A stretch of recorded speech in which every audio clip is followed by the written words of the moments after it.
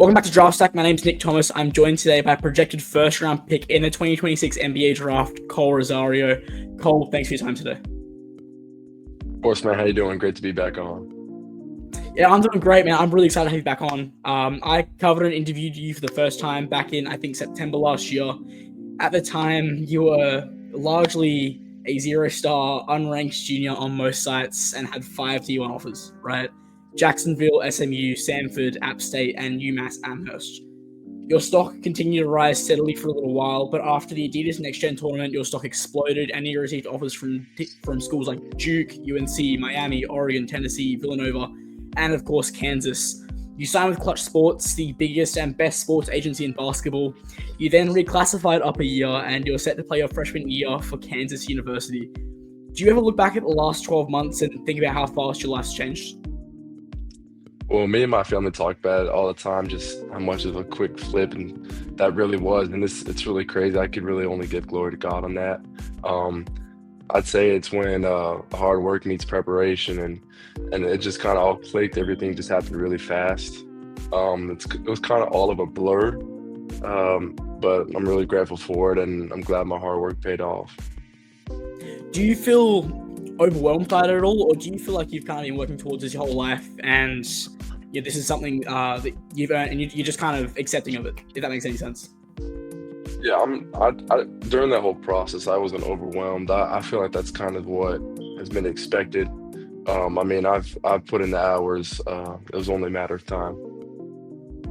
For sure. All right. Well, as I said, you elected to join Kansas over a number of other elite schools. What went into your decision for that? Yes, I mean, we took our different visits. I think we only took a total of 3 visits going into my decision. We had some visits scheduled, but after Kansas, I kind of knew that place was home after my visit. I kind of felt like the right place when I was there. You're playing for something bigger than yourself. Just the history of that program. The person who invented basketball was the first coach there. So it's just, I mean, all together with the fans in that building, the coaching staff, I can't be in a better situation than at Kansas. Definitely, man. Definitely. And was there any particular things that stood out? Did you have a very close relationship with the coaching staff? That kind of thing. Yeah, I could just see how much Bill Self and the coaching staff believed in me. They sat me down, they walked through a plan, and how they see me in the roster. And again, I just felt like it was the best fit. And how did they see you in the roster? Right, I'm assuming you've reclassified up a year.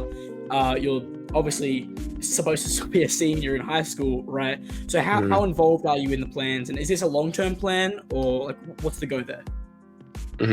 Again, just like me, we're just taking it day by day. They see me as the big piece in the roster, obviously with my shooting ability. They didn't have too much of that last year, so they think I could really make an impact on that. And also just my ability to defend and just play hard. Right now, that's a skill. Not a lot of people have that, just be able to play hard, do the dirty work.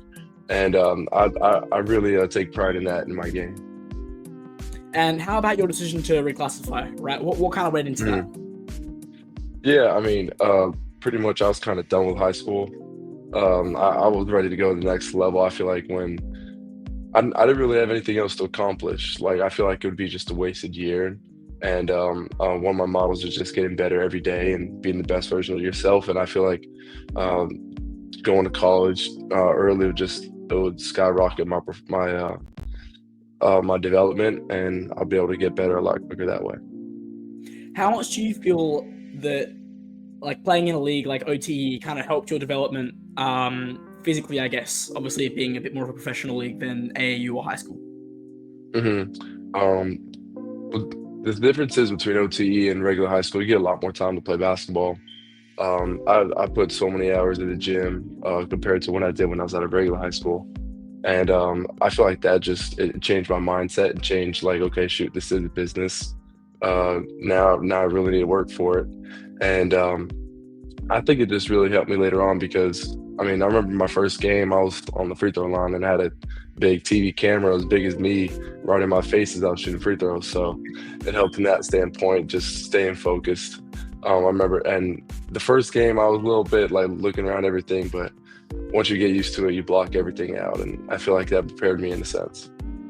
Yeah, do you feel like you're more prepared to handle the media pressure, I guess, of college basketball and playing for such a, as you said, prestigious program because you play with OTE? Yes, I don't think any other program is going to have as much of the media thing as OTE because that's how OTE makes their money is media, Yeah. and everything else is strictly basketball. So I don't think I'll ever get as much media as I did with OTE. Yeah, man, especially playing alongside Eli, man. I can only imagine. Yeah. You're set to join a loaded Kansas recruitment class featuring potential number one pick and someone that I've seen many experts label as generational in Darren Peterson. What's your relationship like with Darren? Yeah, my relationship with Darren's good. He's a great player. He's a great kid. He's a really good player. I remember on my visit seeing him in practice. I don't think he missed one shot. When I was on my visit, I was like, "Dang, this kid's living up to the hype." But great player, great kid, great human being. Have you spent much time with him? Have you I like have. played I much with mean, him? yeah. I mean, a lot of times we're competing in practice, but a lot of time we spend together is in the gym. Did his being there impact your decision to go to Kansas? Obviously, they're kind of being thrust into an instant competitor mindset in acquiring Darren Peterson. Is that kind of part of why you decided to join the team? Yeah, I mean, obviously the goal when you play basketball is to win. That's my goal every time I step on the floor. So when you have another competitor, another elite player, just it really helped. It really influenced my decision. And obviously, I mean, that's what we want to do is win a national championship. So wherever I have, or with the best chances to win a national championship is where I want to go. Yeah, this Kansas recruiting class also features prize recruit in Bryson Tiller, a fellow OTE alumni. What's you guys' relationship like? Are you guys close? Yeah, I mean, we're good. We've gone to the beach a couple times with Samis. After workouts, we'll play tennis, we'll play some volleyball. But it's cool. We got a little ping pong tournament going on too. I'm up on that. That's cool, man. That's cool. What were you working on during the off season? I mean, I was really working on my defense, my ball handling, just perfecting my shooting, just the best player that I could possibly be. Watching a lot of film. I've been to a lot of camps with a lot of great players, a lot of NBA players. I'm just trying to pick their brain, learn from them, and see what I could add to my game. What are your goals for the season on like an individual level? Again, I'm taking it day by day, and I think if I just be the best version of myself every single day, I'm going to get to wherever I need to be. I mean, obviously, I have set high goals. I mean, I'm just going to keep it day by day. Whatever happens, happens. Obviously, I'm going to try to win as many things as I can, win as many awards as I can. But as long as the team's winning, I'm fine by that. I want the team to win. And how about for the team at large, right? I mean, it's easy to just say, I want to go win a national championship. But is there any particular milestones and achievements and levels you want to reach as a team that you're kind of that you have in the back of your mind? Yeah, I mean, every time we break it down, we say Big 12 champs on 3. Obviously, there's steps to get to there. It's not just national championship right away. There's levels to it. So again, we're going to take it one step at a time, and starts with the summer workouts. That the way we start the year is how we're going to end it. So that's a big thing that we got going on. Yeah, you talk a lot about the workouts and the work you're putting in. What does a typical day look like for Kohl Rosario? So a typical day for me. So this was before the coach told me to kind of lay off a little bit. So I would wake up. We had That's crazy. Yeah, we had weights at 8, and I'll go to the gym. We got a gym in our dorm, so I would go and I would work out before we hit weights. Then we hit weights. And then we got team practice, and then I'd work out after practice, and then get recovery. Go back to the dorm, do some school, chill, eat breakfast. Probably go to Texas Roadhouse, and then I will go work out again, get some shots up, and then that's my day. You put a lot of work in the gym, but some of the best kind of credit their success to studying tape and film. Do you spend much time watching tape and film? I do. I remember one of the first days. I think it was like practice 2. Like I went and sat watch film with some of the assistant coaches, and they're like, "Dang, already? We haven't even started the season yet. You want to watch some film?" So I think film is very big. It's almost like a cheat code. Definitely, man. Definitely. Is there any Mhm. particular players whose film you study the most? Obviously, a lot of film study is scouting and preparing for opposition. But in terms Mhm. of like professional players that you look at and like, hey, this is a certain skill set I want to add to my game. Hey, this is someone I want to study. This is someone I want to be like. Is there any particular players that stand out? Yeah, I mean, uh, a lot of times I watch Christian Braun because he did play at Kansas not too long ago, and it worked out well for him. I'm getting a lot of comparisons from him, just the way that he runs the floor and plays hard, plays defense. He's a dog, and the way that he could just run the floor and just go up and dunk it. And it's good. The way he runs the floor is amazing. He gets so many points like every game just off of that. I want to say 6 to 8 points just from running the floor. I also watch a lot of practice film myself. It slows the game down for me. Like to see Mm. what I did wrong, to see what I did right, and hopefully I can copy the things I did right and take out the things that I did wrong. Yeah, definitely, man. And look, I was just thinking about it, man. Christian Brown's actually a crazy good comp. Obviously, a lot of what I do, I have to provide comps for all the guys in the drafts. Hmm. And I hadn't even thought of that one, but that's actually a really good comp for you. I quite like that. Um, Hmm. is your goal? I guess we last time we spoke, you said your goal was obviously the NBA, as it should be for anyone in your position. Hmm. Is your goal to be? And I know you're taking it one day at a time, but uh, is your goal to be one and done, or being a younger guy in collegiate ranks? Is this kind of like a multi-year kind of plan? Well, I mean, if the opportunity like opens up and it presents itself for the NBA, I mean, I'd obviously take it. But I'm not worried about going anywhere too fast. If I stay here for 2 years, stay for 3 years, stay for 1 year, it won't matter. It's all gonna be God's plan. So yeah, I'm just taking it day by day. But if the opportunity presents itself, I'll definitely take it. All right. Well, let's just say the opportunity does present itself, right? And Hmm. I'm an NBA executive. Pitch me your game, right? What do you feel like you bring to a team? Why should I draft you? Hmm. I'll just start off by saying just I'm a great guy. I know that doesn't get you drafted, but there's not a lot of good people. Um, I work hard. I play hard. I'm gonna be the hardest worker. Anyone can tell you that that's been with me. I got IQ. I can shoot the heck out of the ball. I play defense. I pick up full court, and I'm athletic. I play above the rim, and I'll make the right plays. That's actually that's a great sell, man. All right. Well, I want to touch now on Cole the person, not just the Mhm. basketball player. Now, you aren't just a basketball player. Tell me about Bounce Blueprint. Yeah, so bounce blueprint is something that I started to help people increase the vertical.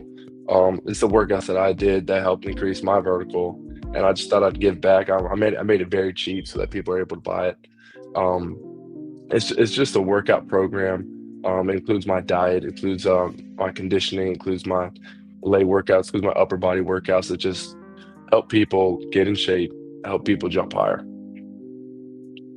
Do you run the business side yourself? You guys have like really fantastic marketing. That's something that stood out to me. Is that you? Is that your parents helping you out? Is Yeah. it maybe something from OTE? Like what goes into that? Yeah, so I mean, the first 2 months of this, it was really only me grinding, and then I was talking with my cousin Jad, and he actually got the same last name as me, and we're thinking, okay, this is growing. We need someone to help me out. So me and Jad now run the whole thing, and it's just us two, and we're looking to grow a little bit of it right now. We're coding a different website, lots going on. Well, you're very vocal about your relationship with God as well. I'm actually in your Instagram Daily Word channel, and I love seeing those messages each morning. Just Hmm. how important is God in your life? I mean, that's the whole reason that we're here. I don't play basketball. To play basketball is not the number one thing in my life. Basketball is a platform for me. Again, I'm gonna try to be the best at basketball as I can. I love basketball, but I love God more than I love basketball. If that makes sense. And I play for Mm. God every time I play and every time I step on the court. That's my why. That's my motivation. And I feel like when you got something like that to push you, it's gonna be really hard to fail. It's gonna be really hard to not succeed. What inspired you to sort of use your platform to share the gospel? Was it like Yes, I mean, just your own relationship, or was it your idea? Like what went into it? yeah, it's my own relationship. Obviously, my convictions. Like I mean, God's the whole reason why we're here, and God gave me this platform. God gave me these basketball skills. I didn't choose to be born 6'5", and be able to jump high. Like I didn't. God gave me that. God gifted me that. So I'm just gonna give back to Him what's already His. When you aren't tearing it up on the court, making business moves and sharing the gospel, what do you do with your time, right? Last time off camera, we discussed your love for fishing. Do you still find the time to Mhm. fish? It's still the same. I'm still the same me. I'll be fishing, going to the beach, but I did take up a new sport called golf. I've been golfing a lot uh, in my free time. My coaches told me I needed to do something other than basketball, so I started golfing. That's what I do in my free time mostly now. It's just something you don't really doesn't hurt the body too much. You don't got to swing the club too hard. So I just enjoy putting some nice music on and golfing. Yeah, man, I've tried golfing. It's a little bit too. I can't quite get the hang of it. I'm trying, but do you feel like It's a hard sport. definitely? I reckon it's probably one of the hardest sports in the world, right? It's a really hard Almost, sport. at least it's the most frustrating. It's the most frustrating sport in the world. Absolutely. That's true. Do you feel like golf kind of impacts your game at all, or it's kind of taught you anything, or it's translated in some way to the basketball court? Yeah, I mean, I'm a lot better at basketball than I am at golf, but I would definitely say it teaches you to Personally. only worry about the next shot. I mean, I don't want to be cheesy and say golf's like life too. If you hit a bad shot, all you got to worry about is the next one and just keep moving forward, keep getting closer to your goal. Um, but I mean, yeah, I've actually told my dad this is golf's the same thing as basketball. Just worry about the next shot. The next shot's all that matters, and that's a big thing you got to do with the shooting mentality. You got to play it by the numbers. Every time you shoot, you don't think, "Oh, I'm gonna miss this next one." You think, "Okay, I missed the last two. That means I'm making the next six." So you just gotta I like trust it. that. Yeah, I like that, man. All right, well, Cole, I know you're a busy guy. I'll let you get going. Thanks for your time. Let's definitely chop it up again at some point. 100%. Thank you.